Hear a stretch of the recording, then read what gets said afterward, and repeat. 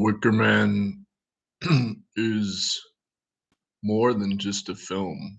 The director calls it a kind of tribal memory. In a fascinating interview he did with Christopher Lee, um, as they promoted the film after it was released in '73, and they focused on Southern fundamentalist churches. Christopher Lee infamously warned against the occult destroying a person's soul. Um, and Robin Hardy, the film director, studied The Golden Bough by James Fraser on pagan rituals and the so-called killing of the king sacrifices, that also inspired Freud's Oedipus conflict. So the film is considered to have launched the folk horror genre in the early '70s, and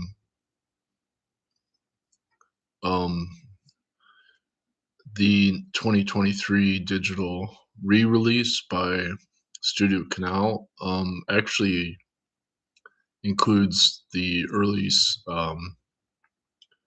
sermon by the fundamentalist Christian police officer, the detective, which has the ironic contrast of Christianity as being sort of paganism itself, like cannibalistic, which was an early charge against Christianity by Celsus.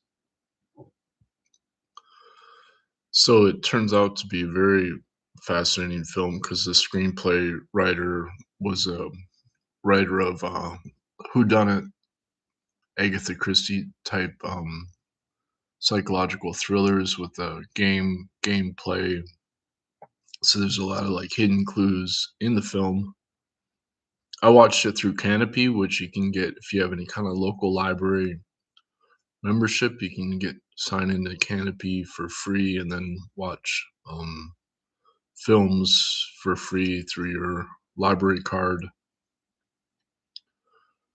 And there's like dozens of commentary on the film on YouTube, but like reaction videos, but there's very few views of a commentary while watching the film done by Christopher Lee and Robin Hardy. I was gonna make a playlist, but I just decided, the algorithm kind of does it itself. Um, so the screenplay writer wrote the film in collaboration with Christopher Lee. Like he had Christopher Lee in mind, and Christopher Lee starred in the film for free.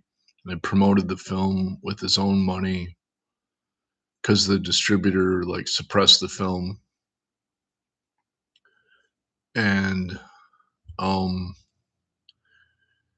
he eh, paid for film critics to go see the film so that they would write about the film, and it ended up winning the award as the top horror film of the year. But it's definitely not a traditional like horror film. It's there's 13 songs in the film, so it's some people consider it like a musical, which is it's a very like a lot of people have covered this music from the film as strange music that's like based on the Scottish folk tunes. The film director in this interview I linked, he explains how the Celtic culture had best preserved the older pagan rituals, and essentially the Wicker Man is trying to recreate the Druid sacrifice ritual, but the Druids apparently just sacrificed criminals in their society. Um, of course, who is a criminal or not, I don't know. It's kind of like the witch hunts where that's part of the folklore genre is just that irony of the people sort of turning against themselves and the whole killing of the king, which has been a way to explain the JFK assassination. Some people argued it was a Freemasonic ritual by the occult, but anyway, so when you factor in the extreme effort that went into making the film and all the discussion that the film generated, it's become, like they said, like a cult, underground cult film. But it's arguably the best film ever made, just because um, all the details that were put into the films, the screenplay, and the scenery, and the music, and yeah. So I'll definitely have to watch the film again. But I did a blog spot about the film because the other thing is that just that it's based on the Golden Bough, which is really underrated study. It's like several volumes, but it inspired Freudian psychology, and it's this archetypal truth of reality. And that's what when the film director says it's kind of like a tribal memory, he's really explaining that the film is more than a film. It's recreating this ancient truth of reality that Christopher Lee explains in the movie as parthenogenesis and alchemy. He doesn't call it alchemy, but essentially he's explaining alchemy.